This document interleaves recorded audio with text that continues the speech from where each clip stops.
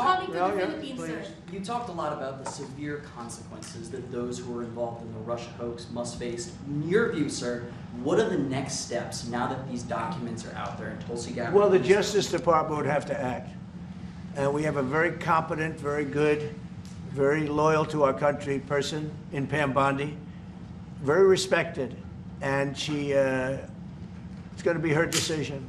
And just a follow-up to that, sir. Kristi Noem was in New York City visiting an off-duty CBP officer who was allegedly shot this weekend by an illegal alien who came into the country during the previous administration. Right. What is your message to any local leaders who continue to push sanctuary city policies after this nearly tragic incident? So the only thing I don't understand, because you like to understand things and we're all smart people and all, but why would they allow 21 million people into our country, unvetted, unchecked? You don't allow it. You wouldn't allow people then. He's tough. No, their country's run properly. Biden and his group of thugs, and I don't think it was Biden, I think it was the people that surrounded that beautiful Resolute desk right behind you. They allowed 21 million people, probably much more than that, and many of them came from jails and gangs and drug dealers and mental institutions, insane asylums. Many of them are very sick. 21 million, probably 25 million, probably even more than that. And we're getting them out. Many were murderers, as I said. They killed people. Many killed more than one person. Stone cold murders. I don't understand why they would have allowed that. There's only two reasons: the vote, because they want voters. That's one reason. I don't think they would have done it for that, because they cheat. You know, they're so good at cheating, they don't need that. But the vote, and the second reason is they hate our country. I think they hate our country. I actually do. And it's the biggest problem. I mean, much of our time is spent with, you know, we have the strongest border anywhere in the world now.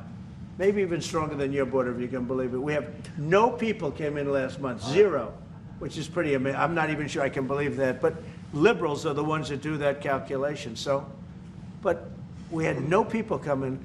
A year ago, we had hundreds of thousands of people come in. Hundreds of thousands of people. And they flowed in. And if it wasn't for the election, it would have been millions of people came in last year. So millions of people prior to election time, they allowed millions and millions of people to come into our, I mean, you saw it. They'd open the gates. If you took an Alabama-LSU football game that holds 128,000 people, I was there, 128,000 people, and I liked them and they liked me. But if you took that and doubled it, that's what used to flow into our country on a daily basis. It's not even believable. And we're getting them out, and we're starting with the worst ones. And we had a man shot yesterday, a police officer who's a great gentleman, shot right here in the throat. Probably won't be able to speak again. But he was brave, and he shot the other guy, and they ended up getting him. And you saw the scene where his friend took him to a hospital and dumped him down on the sidewalk. The whole thing was crazy. But why would anybody do to our country what these Democrats have done? And honestly, we can never forget it. We can never forget it. What they have done, the damage that they've done to America is very, very sad. Thank you very much, everybody.